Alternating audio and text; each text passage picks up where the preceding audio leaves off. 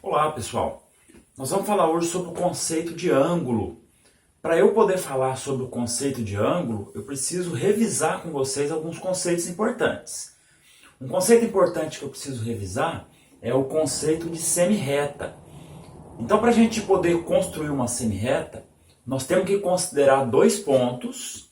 Então, eu vou considerar o ponto O e vou considerar um ponto A qualquer, em uma outra posição aqui da lousa. Vou considerar o ponto A. E eu vou considerar que a minha semi-reta, ela começa no ponto O, ela vai passar pelo ponto A e ela continua infinitamente depois de passar pelo ponto A. Então eu vou representar a semi-reta aqui na lousa.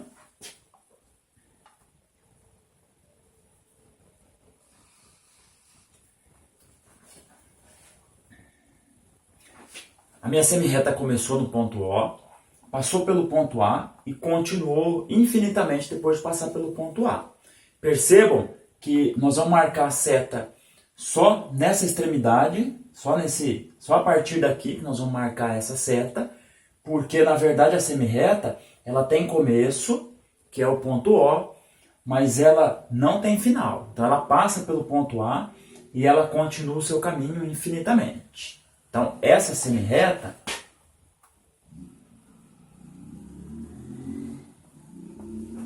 ela é indicada como semi-reta OA, porque o ponto O pertence a ela, é a origem da semi-reta ou extremidade, e o ponto A também pertence à semi-reta.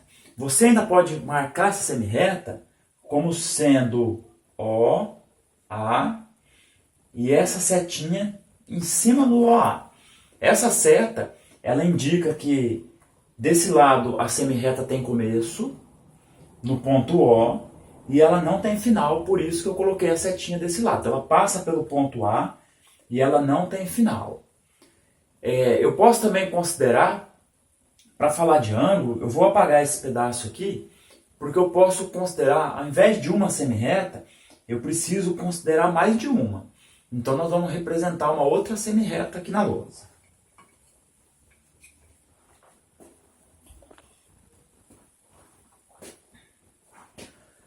Da mesma forma como nós construímos a semi-reta OA, eu fiz a construção da semi-reta OB.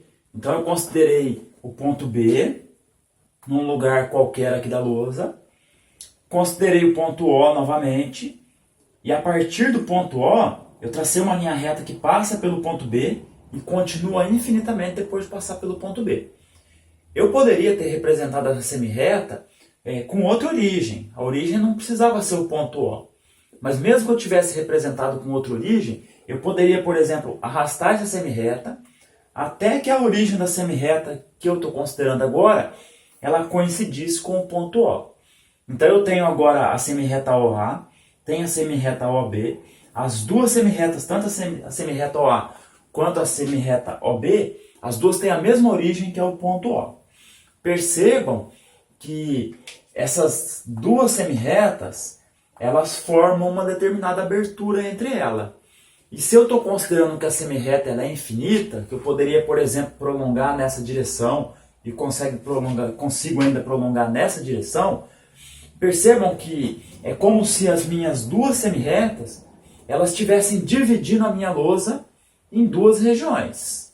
Uma região que seria essa, interna a essa abertura, e eu vou marcar essa região por uma voltinha aqui. Mas ela também está dividindo, além de estar dividindo nessa região, que eu poderia até colorir, por exemplo, com alguma cor que eu quisesse.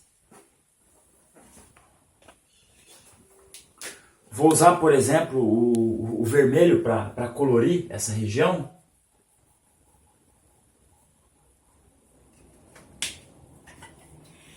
E eu também poderia usar essa outra região externa.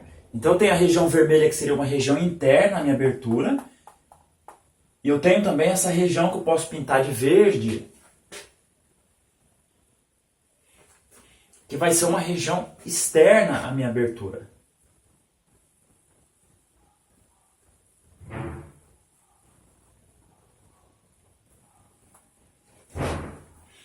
Então, na verdade, o ângulo é isso aqui, ele é dado pelo encontro de duas semirretas em um ponto comum. Então, essas duas semirretas elas têm um ponto em comum.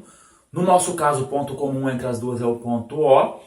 E o encontro dessas duas semirretas, ela divide o plano em duas regiões. Ela divide em uma região interna e vai dividir em uma região externa. Nós vamos ver que, na grande maioria das vezes, essas regiões elas são assim.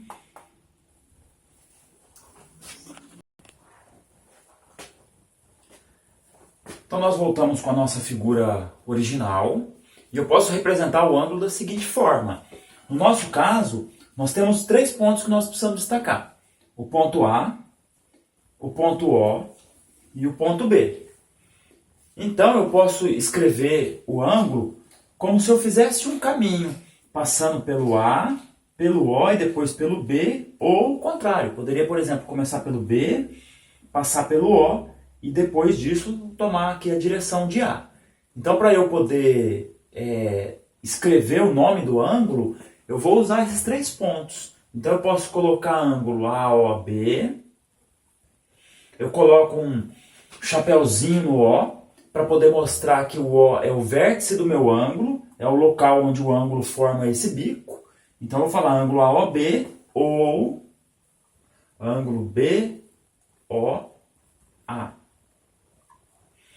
Lembrando que como o vértice é o ponto O, eu sempre preciso deixar o O no meio, tá? Eu não posso colocar, por exemplo, o ângulo OBA ou ângulo OAB, por exemplo. Então, por ele ser o vértice, ele sempre vai no meio. E a não ser que eu escreva a palavra ângulo, se eu escrever ângulo AOB, eu não preciso usar esse chapéuzinho no O.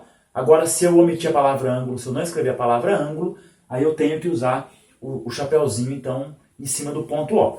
Então, para a gente poder definir ângulo, nós vamos dizer que ângulo, o que é? É a região do plano. Então, no caso, eu vou considerar essa região, que nós tínhamos colorido de vermelho primeiro. É a região do plano formada por quem? Pelo encontro de duas semirretas de mesma origem. Então, tenho semirreta OA, origem no ponto O, semirreta OB, origem no ponto O também. Como as duas têm a mesma origem, elas vão dividir o plano em duas regiões. Então, uma dessas regiões é o ângulo que eu vou considerar. Então, o ângulo, na sua definição, é a região do plano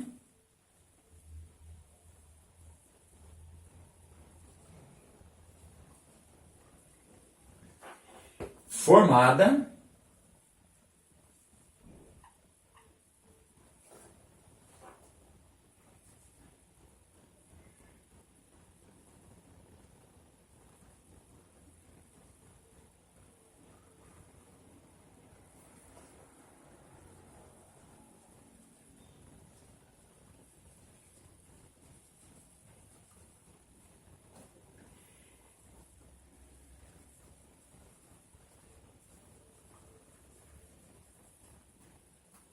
tá? Então, é a região do plano formada por duas semirretas de mesma origem. Então, essa região, no caso, é a região que nós vamos considerar. Posso considerar a região externa também, se eu precisar. Então, posso considerar tanto essa região, que foi colorida de vermelho, como eu também posso considerar outra região que nós tínhamos colorido de verde anteriormente.